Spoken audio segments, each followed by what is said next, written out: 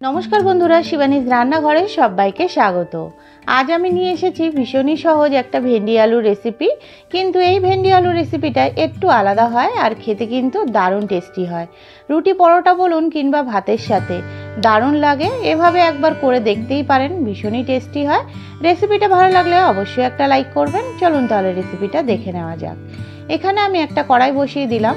কড়াইয়ের মধ্যে পরিমাণ মতন আমি সরষের তেল দিয়ে দিচ্ছি। তেলটা সুন্দর গরম হয়ে গেছে, এখানে দিয়ে দেব 1 টিস্পুন মতন কালো জিরে।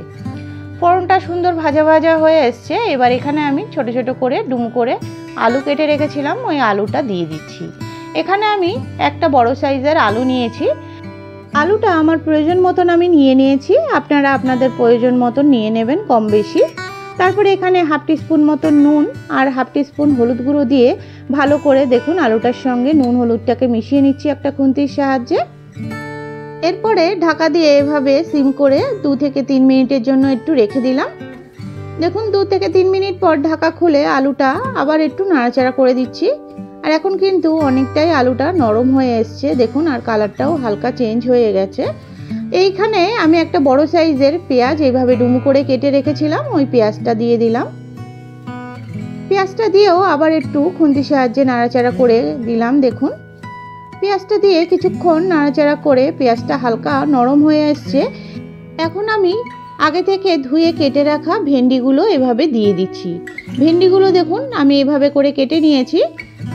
তারপরে একটু নাড়াচাড়া করে দিচ্ছি একটা খুন্তির সাহায্যে। এভাবে করে ভেন্ডি আলুর সঙ্গে ভালো করে মিশিয়ে নিলাম। তারপরে এখানে দিয়ে দিচ্ছি 1 টিস্পুন মতন নুন আর 1 টিস্পুন মতন হলুদ গুঁড়ো। এবার নুন আর হলুদ গুঁড়ো দিয়ে ভালো করে একটু ভেন্ডিটার সঙ্গে মিশিয়ে নিচ্ছি। দেখুন ভেন্ডিটার মধ্যে ভালো করে নুন হলুদ মিশিয়ে নেওয়া হয়ে গেল। আর এখানেই আমি 2টো কাঁচা লঙ্কা এভাবে চিড়ে দিয়ে দিলাম। কাঁচা লঙ্কাটা দিয়েও আবার একটু নাড়াচাড়া করে দিয়ে এভাবে করে সিম করে একদম 5 মিনিটের জন্য আমি এটাকে ঢেকে রেখে দেব, যাতে ভেন্ডিটাও সুন্দর সেদ্ধ হয়ে যায় আর আলুটাও সুন্দর সেদ্ধ হয়ে যায়। আর দেখুন আলুটা কিন্তু খুব সুন্দর সেদ্ধ হয়ে গেছে আর ভেন্ডিগুলো তো সেদ্ধ হয়েই গেছে। এরপরে হাই ফ্লেমে কিন্তু এভাবে নাড়াচাড়া করে ভেন্ডিটাকে সুন্দর ভাজা ভাজা করে নিতে হবে। দেখুন এভাবে ছড়িয়ে ছড়িয়ে হাই ফ্লেমে কিন্তু ভেন্ডিটাকে ভাজা ভাজা করে নেব। দেখুন 3 মিনিট পর আবার আমি দেখাচ্ছি। এখন কিন্তু পেঁয়াজগুলো হালকা লাল লাল হয়ে এসছে আর আলুগুলোও সুন্দর লাল লাল হয়ে গেছে। এটা কিন্তু অনেকটাই ভাজা ভাজা হয়ে এসছে। এরপরে এখানে আমি দিয়ে দেব 1 চামচ মতন পোস্ত।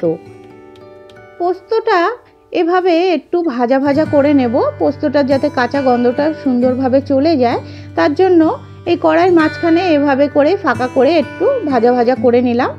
আর দেখুন তারপরে পোস্তটা একটা খুন্তির সাহায্যে এভাবে করে সব ভেন্ডিগুলোর সঙ্গে মিশিয়ে নিচ্ছি। পোস্তটা মিশিয়ে নেওয়া হয়ে গেল। এবার এখানে আমি 1 মুঠ মতন চিনে বাদাম নিয়ে নিয়েছিলাম। চিনে বাদামগুলোকে হালকা একটু ভেঙে নিয়েছি। দেখুন চিনে বাদামগুলো এভাবে করে একটু ভেঙে ভেঙে নেবেন, ভীষণই টেস্টি হয় এভাবে রেসিপিটা করলে।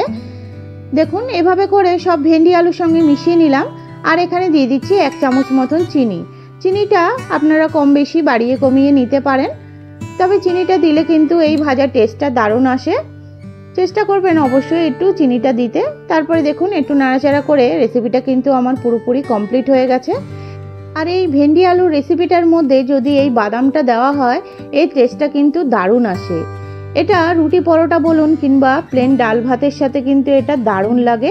অবশ্যই রেসিপিটা ভালো লাগলে একটা লাইক করবেন। আজ তবে এটুকুই, আবার অন্য কোনো দিন অন্য কোনো রেসিপির সঙ্গে হাজির হব।